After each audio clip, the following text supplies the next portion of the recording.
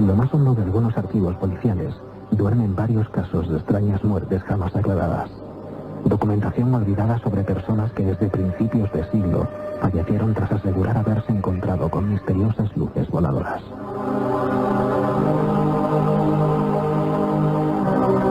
En sus cuerpos, tras una larga agonía, aparecieron las marcas rotundas de haber estado muy cerca de cierto tipo de fuentes radiactivas.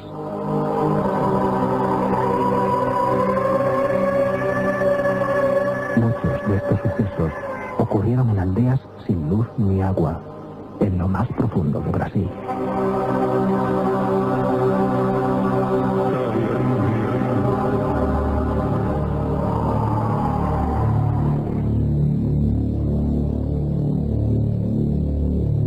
Bienvenidos a Estrellas Milenio 3.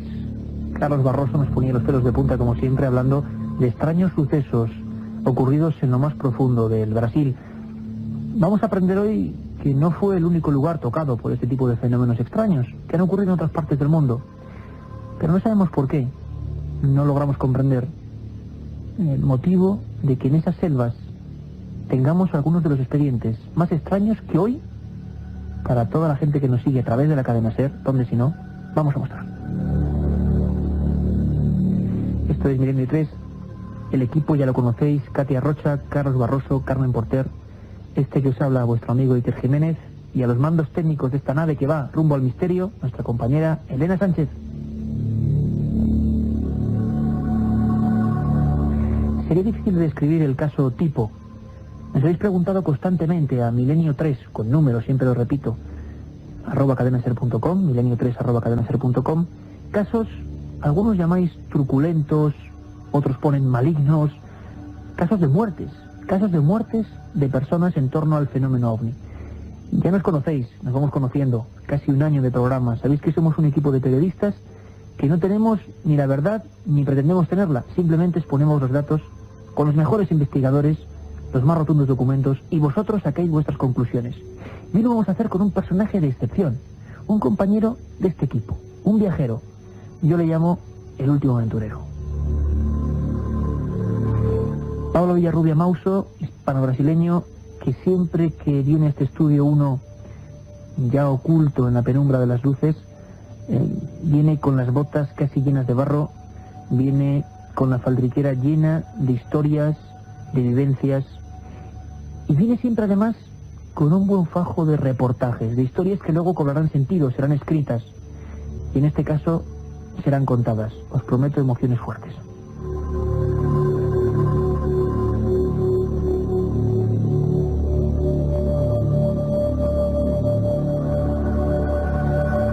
Ya está aquí, el viajero impenitente, don Pablo Villarrubia, autor de libros como Un viaje mágico por los misterios de América, editorialidad, como Brasil insólito, Corona Borealis. Compañero, bienvenido, esta es tu casa.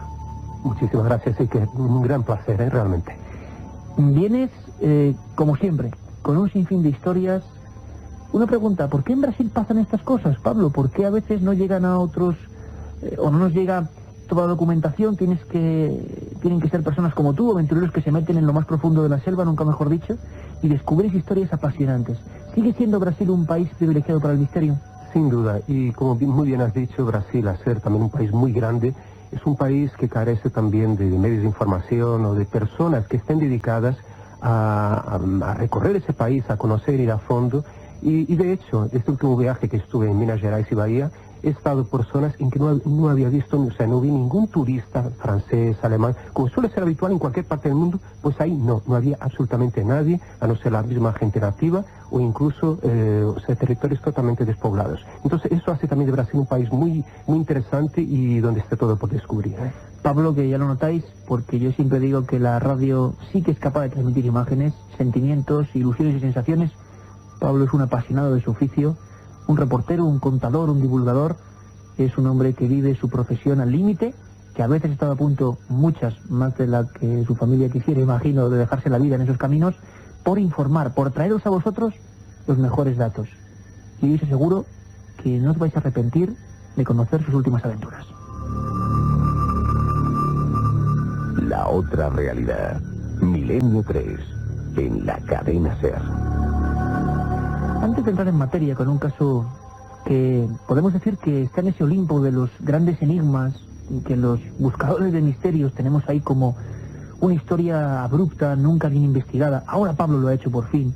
Impresionante lo que nos trae. Uno de los casos más dramáticos, extraños y de poner, como decía antes, los pelos de punta. Pero yo quería, como siempre, no contrarrestar, sino adornar o elaborar la historia con otro tipo de documentos, con la ciencia pura y dura, por ejemplo. Vamos a hablar de casos donde los seres humanos parece que tienen efectos nocivos cuando se han encontrado con un misterio, en este caso con un ovni, que es un objeto volante no identificado, que aquí no le ponemos más apellidos, simplemente eso, y que a veces ha causado hasta muertes, como en el caso que íbamos a contar. Para documentarnos sobre esta historia, conocimos al doctor Bibiloni Brotat, que es el máximo responsable del estudio y del Centro de Energía Nuclear de la Generalitat y de Baleares. Nos quedamos muy sorprendidos porque nos hablaba de catálogos de casos, a veces con poca información, donde parecía que ciertos seres humanos, en lugares sin luz ni agua, se habían encontrado irradiados por determinadas fuentes energéticas desconocidas. Nos hablaba, sin cortarse un pelo, de casos ovni. Bueno, yo me baso en este catálogo que ha compilado el doctor Schwessler de la NASA, que es muy interesante, sobre efectos fisiológicos o presuntos, yo diría presuntos, efectos fisiológicos del fenómeno ovni sobre los seres humanos. Hay una colección de casos impresionante. Lo que ocurre muchas veces, Iker, que no están bien documentados. Es decir, por el hecho de que hayan ocurrido en regiones remotas del planeta, o porque los científicos y en especial los médicos no le hayan presentado o no le han prestado mucha atención, en muchas ocasiones no están muy documentados. Lo que sí se puede decir que un pequeño porcentaje de las personas que hayan estado en contacto, en una relación de proximidad con el fenómeno ovni, en algunos casos presentan una sintomatología. Esto es verdad, pero siempre es un número muy pequeño de las personas.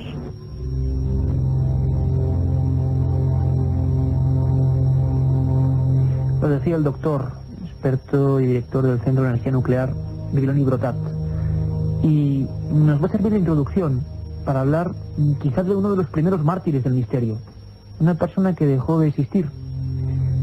Yo recordaba, releyendo los reportajes magníficos de Pablo, sus investigaciones, que ese hombre, en una fecha concreta, el 4 de marzo del 46, estaba pescando como cualquier otro día en el río Tiete, población de Araçariguama, en lo más profundo de Brasil, y al compañero de pesca le dio un apretón de manos y se fue a su casa. Lo que él no sabía es que aquel era su último apretón de manos. Pablo, imagino que se te pone la carne de gallina, muchos recuerdos, muchas historias. ¿Quién era João Prestes Filho? Tienes toda la razón. O sea, toda vez que recuerdo esta investigación, yo siento miedo y quizás por lo desconocido, y esta historia me persigue desde entonces, ¿no? Cuando investigamos junto con nuestro amigo allí en Brasil, Claudio Suenaga, magnífico investigador, gran investigador japonés, ¿no? Historiador nipo-brasileño, y como te digo, cada vez que pienso en la historia de este hombre, y de cómo contaremos ahora de la forma como murió este hombre, realmente se me ponen los pelos de punta. Y no es ninguna broma, no te lo digo porque reiteradamente yo he pensado, incluso hace poco tiempo he revisto el caso, o sea, he vuelto a escribir, he vuelto a ver documentos sobre el caso, y la muerte de João Prestes Filho en aquel día de 4 de marzo de 1946 es, como has dicho, una de las primeras fechas, o sea, precisamente los primeros mártires de este misterio y una forma insólita de morir.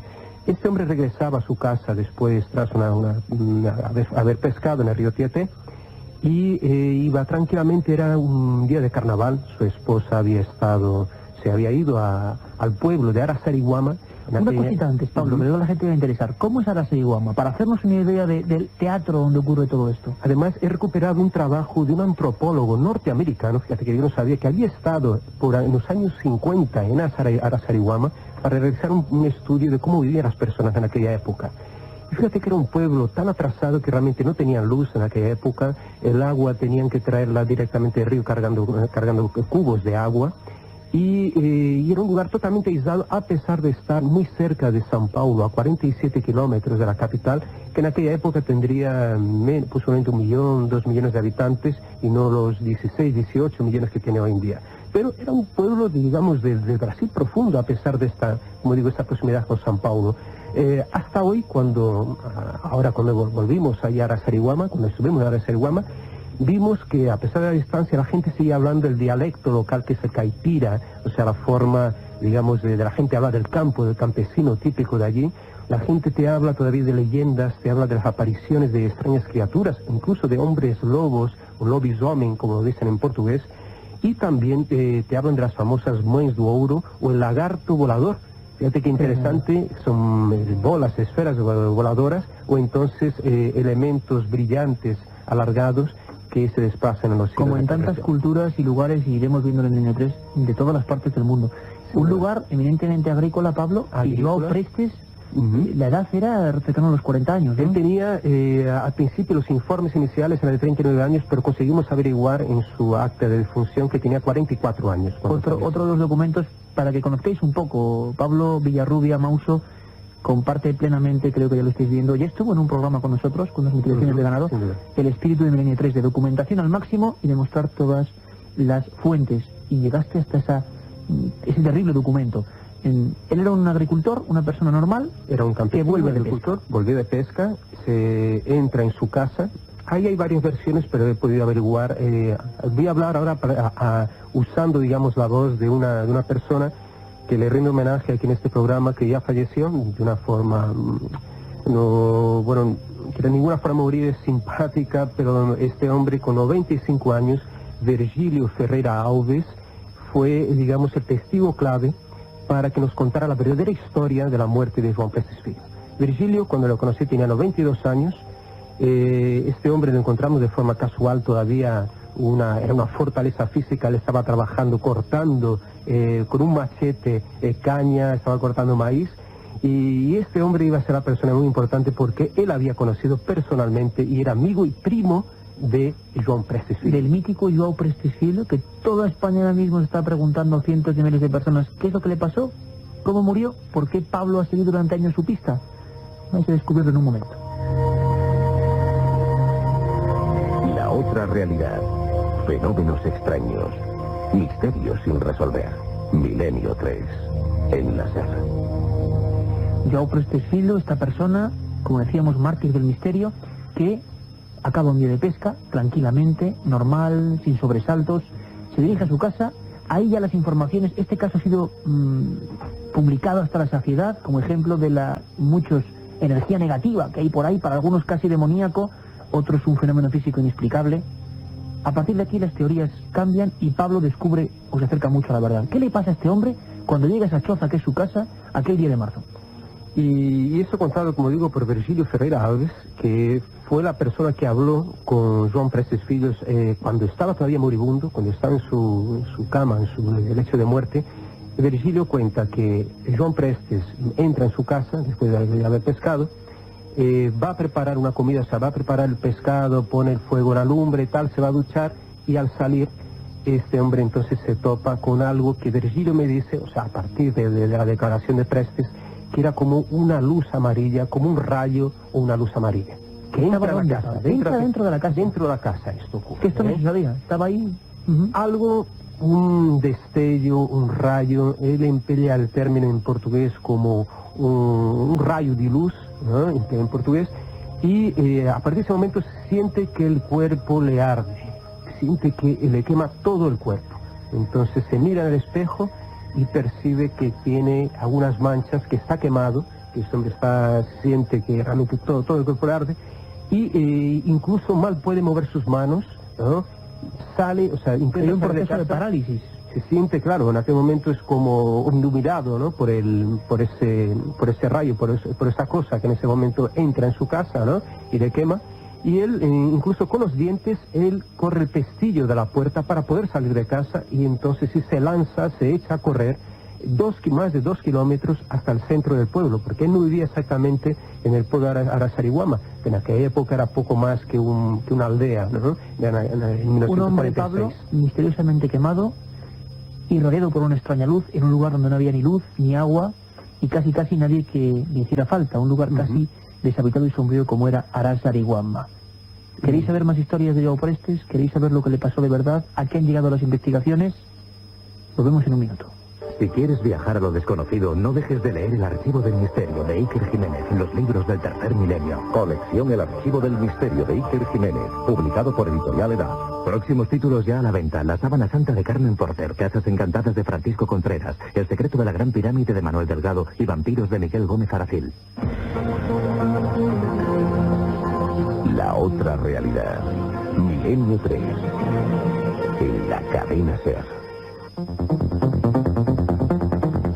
Y cuando Elena Sánchez nos pone esta sintonía, quiere decir que ya está aquí Carmen Porter, nuestra compañera, porque esta noche de 3 a 4, muchísimas más cosas, ¿no, Carmen? Buenas noches, Iker. Pues sí, muchas cosas. Esta madrugada entrevistaremos al vicepresidente del Centro Español de Sindonología, a Jorge Manuel Rodríguez, que nos contará los últimos descubrimientos que se han realizado en torno a la sábana santa. Hay mucha polémica porque parece que por fin se han visto los huesos que aparecen en esa sábana. Vamos a ver qué nos cuenta. Y como siempre, Iker, nuestras secciones: las leyendas urbanas de Katia Rocha, los intrépidos viajes de Carlos Barroso, la historia perdida narrada por Nacho Ares y las conspiraciones de nuestro compañero Santiago Camacho. Todo ello en la edición de madrugada de Milenio 3. Casi nada, la segunda hora.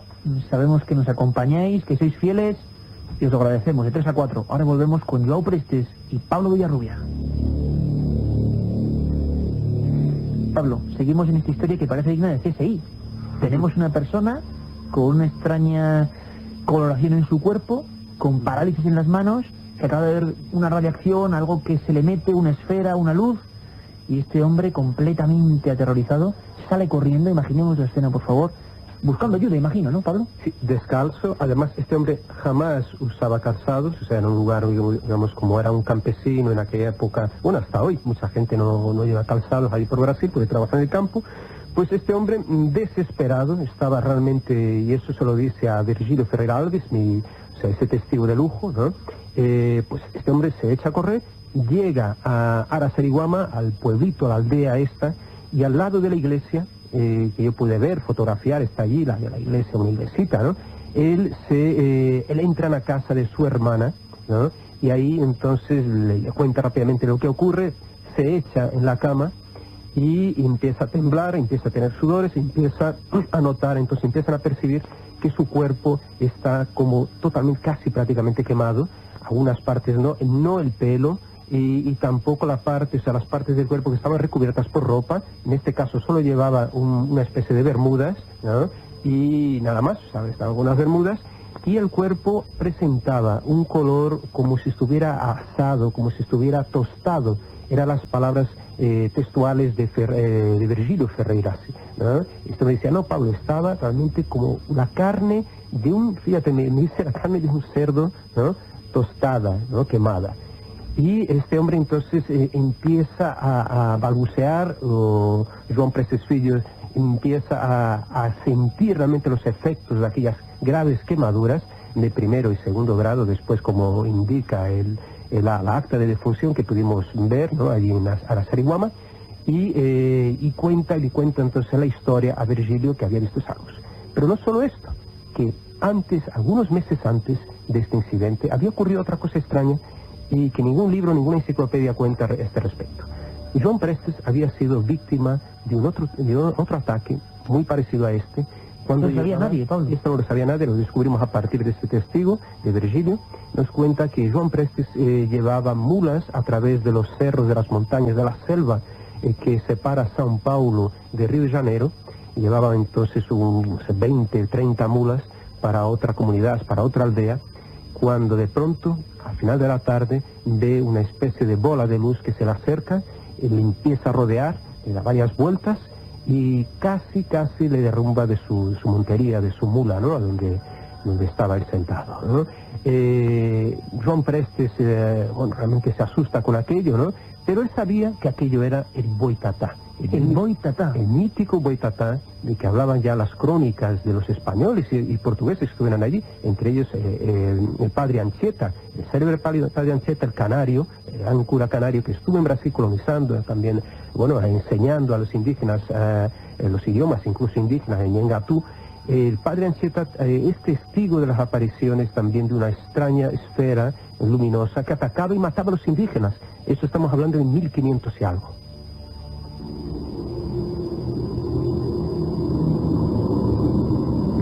Boitatá, tantos nombres en Brasil, luz mala en Argentina, lo hemos comprobado, luz de muerte o lamparil de muerte en zonas de España como las Urdes, tantas y tantas cosas para describir un fenómeno por lo menos incomprensible y que aquí llegó a matar. Una agonía difícil de olvidar.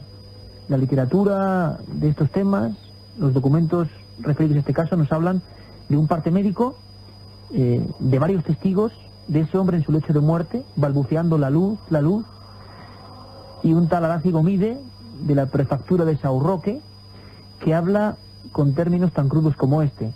La carne de ese hombre tomó el aspecto como si hubiese estado cocida durante muchas horas, y las orejas se fueron deslizando por la cara. Se abrieron las piernas, surgieron las rótulas, los cartílagos fueron cayéndose.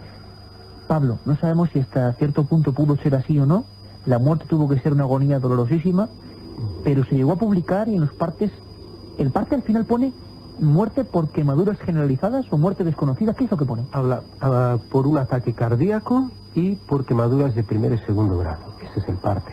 Y como bien dices, el testimonio, o sea, de Arazi Gomide, que era un enfermero en aquella época, porque se forma una especie de peregrinación en aquel momento cuando el pueblo entero se entera de aquella historia. O sea, que lo ve morir mucha gente. Mucha gente acude, o sea, son decenas de personas acudieron como en peregrinación a ver los últimos momentos, porque realmente los estertores, ¿no? La agonía de Joan Prestes, y Arazi Gomide le describe como, o sea, que hay un momento en que empieza a caerle en jirones la carne, a desprenderse del cuerpo y a exponerse huesos y tendones, ¿no? Es lo que nos cuenta. Eso era un camastro, viéndolo la gente. ¿Sentía dolor, Pablo, este hombre? Llega un momento en que ya no siente ningún dolor. O sea, que al principio sí se quejaba, que le ardía el cuerpo y después nada. Aparentemente, las terminales nerviosas ya estaban totalmente destruidas cuando ya este hombre no siente absolutamente nada.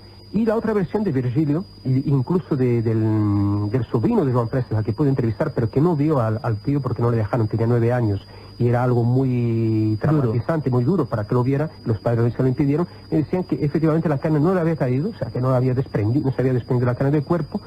Sin embargo, sí que las quemaduras eran muy intensas y curiosamente con este detalle de que no estaba quemado donde le recubría la ropa, estaba cubierto por ropa, y donde tenía pelo, o sea, el cabello no estaba toda quemado. La piel que había sido expuesta al exterior sí que se había quedado. Es muy curioso, Pablo, porque hablábamos con el doctor Vidiloni Brotat, lo repito, director del Centro de Energía Nuclear en la Generalitat y Baleares, que nos concedió esta entrevista hace ya un tiempo, hablándonos de casos como este.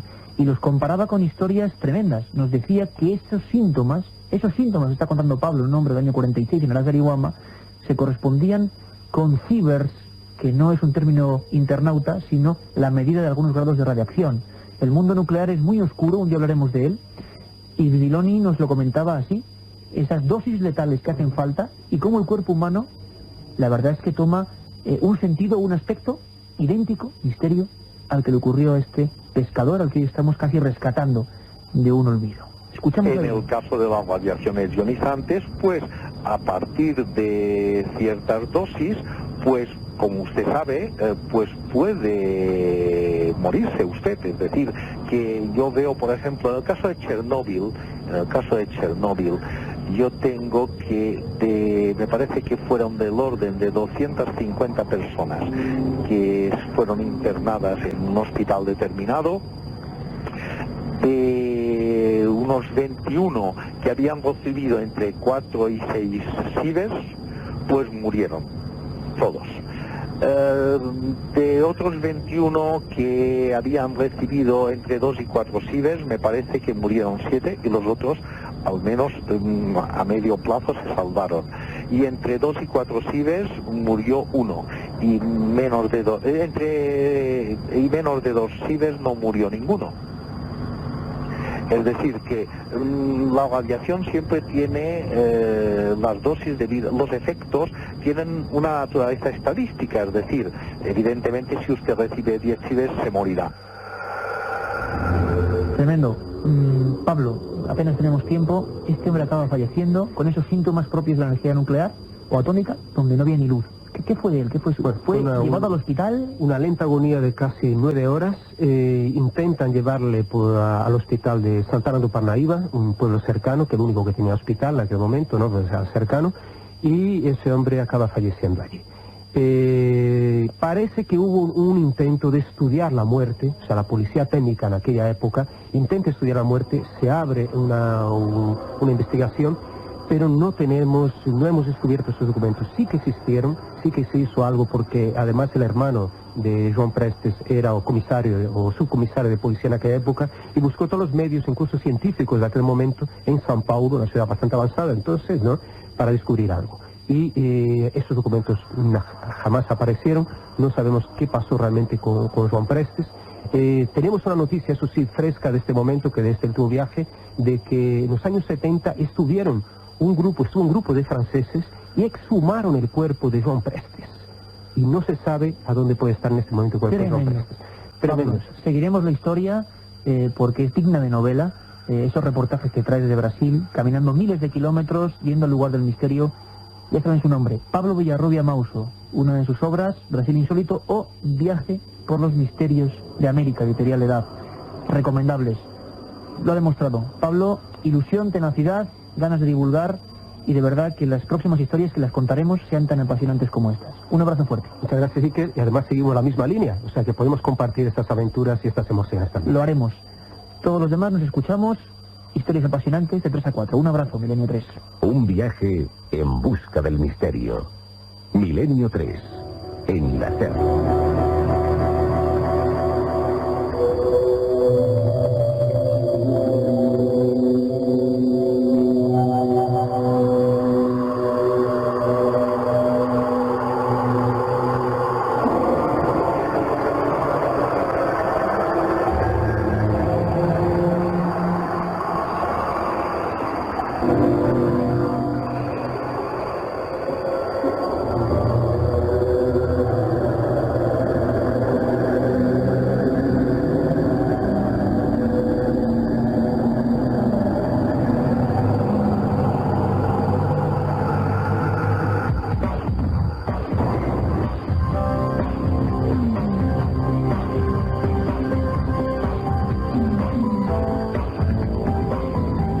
Cadena SER. La radio es así.